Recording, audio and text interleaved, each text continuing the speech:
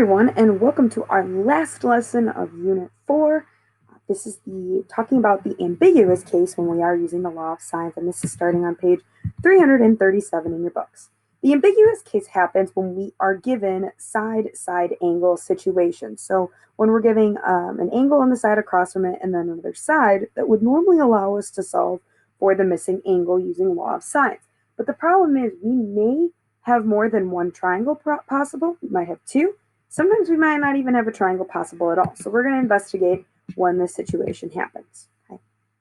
So if you look on page 338, we're given a couple examples. So the first example I want to look at is letter A. And letter A happens, we're given a triangle, and I always just draw a triangle. And they're telling us angle A is 30 degrees, little a is 5, and then angle or side B is 10.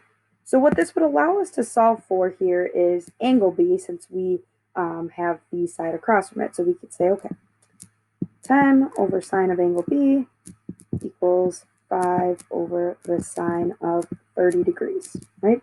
And when we cross multiply and solve, we get 10 times the sine of 30 equals 5 times sine of B. And if we divide by 5, we can get the sine of what sine of B is equal to, right? And we would have to take this sine inverse of this information to get that. Okay. So what we see here is, I got this typed in earlier, we get that actually all this is equal to 1. So when we take sine inverse of 1, we get 90 degrees as our angle measure for angle B. Okay.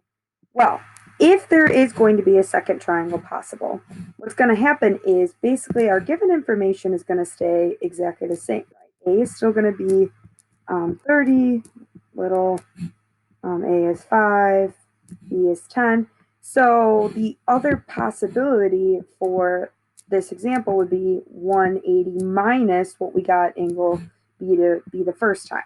Well, in this case, since it's a 90-degree angle, it's going to be the same measure, so it would become the same triangle. So in this case, there's only one triangle possible because it was a right triangle, and the supplementary angle to 90 was still 90. Okay. Now that's going to be slightly different in our next example. Okay, so if we test this one out, this time we are given angle C. The side across from it is 18, and then little a is 7. So what we could solve for this time is big angle A, because we have 7, and then we're looking for sine of angle A is going to equal side over sine of our angle that we do have. So again, cross multiply and solve. 7 times the sine of 75 degrees is going to equal 18 times the sine of angle A, divided by 18 to get sine of A, and then we're going to have to take the inverse of this in order to get what angle A is. Right? So 7 times the sine of 75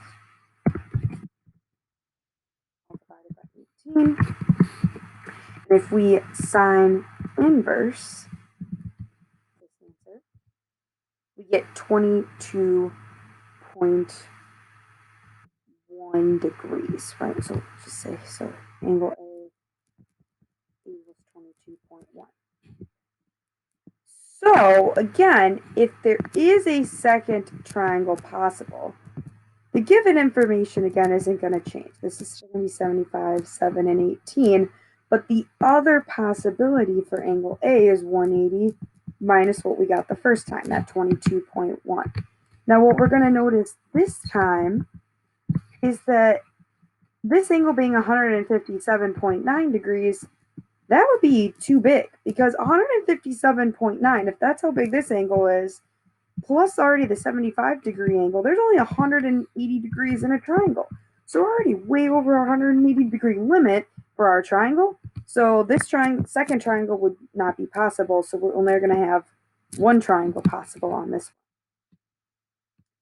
one. Now, if we look at example C, right, we're going to have another example entirely, right? We're going to have A, B, C. B is 100 degrees, B is 50, C is 75. And When we set this one up, we would have 50 over the sine of 100. It's going to equal 75 over the sine of angle C, right? And if we try to cross multiply and solve, 75 times the sine of 100 equals 50 times the sine of angle C, divide by the 50, and we'll have to inverse this information to get angle C. So 5 times 100 divided by 50. And then again, the inverse of this, what we're going to notice is it's too big, right? To take sine inverse of 1 point whatever that was, it's not possible. We got an error message. So when that happens, if we get an error message, because when we try to take sine inverse, we got an error. That means this is a situation where there is no triangle possible. Okay. Our final example, okay, again, here showing the last situation, is when we are in fact going to get a second triangle. Okay, so we have angle C, little c is 21, and then little b is 25, which would allow us to solve for angle B, right? So 25 times the sine of B equals 21 over the sine of 40 degrees, right? Cross multiply and solve. 25 times the sine of 40 equals 21 times the sine of angle B, divide by 21. And when we take the sine inverse of this information to get B, 25 sine of 40 divided by 21. And when we sine inverse, we get an angle measure equal to 49.9 degrees. So that's our first possible angle here, right? So we're going to at least have one angle possible. Now, if a second triangle is possible,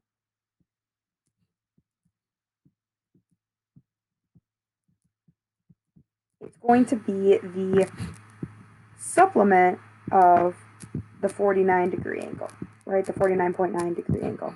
So 180 minus 49.9 would give us a second angle, the possible for this, of 130.1.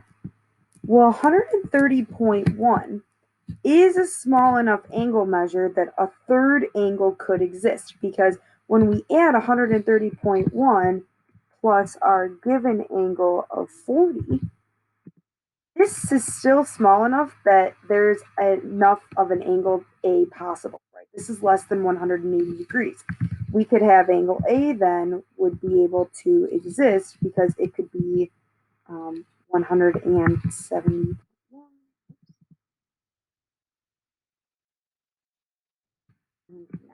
don't know why I'm giving this it so long, but 9.9 degree angle, so that we would actually be able to have a third angle exist. It's not too big, so this second triangle would work out. So that's why there are going to be two triangles possible in this case, because this angle was small enough for a third angle to exist here. So sometimes they are going to then say, okay, we know there's two possibilities. You're going to want to solve for all possible triangles. Okay, so that's where if you flip to page 339, they have some of these examples possible, right? So if you, again, we have some here. So what you could see here is that you have, again, two separate triangles, like we just talked about, finding those angles, and you can then solve for the missing angles each time by subtracting from 180 and then using the inverse to help you find the sides there, and then eventually you can use the law of sines yet again to help you figure out your missing sides. Okay, so in both A and B, they're telling us that this is a two triangle situation, and we want to figure out the missing sides and angles in both of them. Okay, so try these A on page 339. Again, we are given information that we are given about angle A little a, and then side B. And again, in both of our triangles, this information is going to be the same since it was given to us, right? That's not changing. What will change is the sides of our missing sides and angles, okay?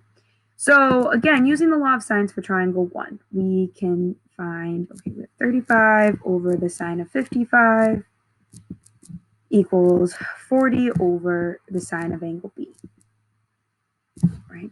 Cross multiply and solve, we end up with 40 times the sine of 55 equals 35 times the sine of B, and we will end up having to inverse to find our answer. So sine inverse of 40, 55, divided by 5. We get 69.4 as the angle measure for angle B, right? So 69.4 degrees. Okay, which means our remaining angle here for C would have to be 180 minus the 55 that we were given minus the 69.4 that we just found for a remaining angle of 55.6 degrees. And then last but not least, we can find side little c by, again, we could just use the given information of 35 and sine of 55. And this time, we'd be searching for little c and then using 55.6. So cross multiply and solve. This time we have 35 times the sine of 55.6 equals c times the sine of 55. And this time, to get c by itself, we're going to divide by the sine of 55. So we'd have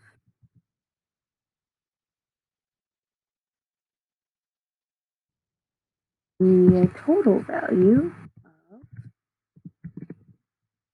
35.2 is the length of little c. Okay, so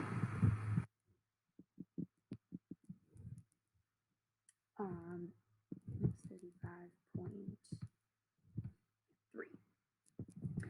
Now for the second triangle, again, to find the missing other potential angle B, we have to take 180 minus the 69.4 that we found before.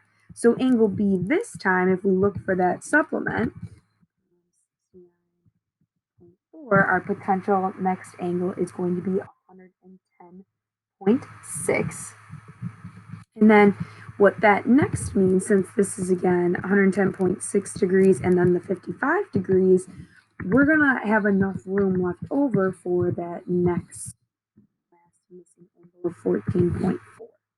So we subtract from 180 for the 180 degrees total in our triangle. And then last but not least, to find, again, missing angle C, we can use the given information. I always like to use the given information in case I solve for something wrong before. So 35, sine of 55, and then little c, sine of 14.4, cross multiply and solve, we get 35 times sine of 14.4 equals c times the sine of 55. Divide all that to get c by itself, and our last missing side.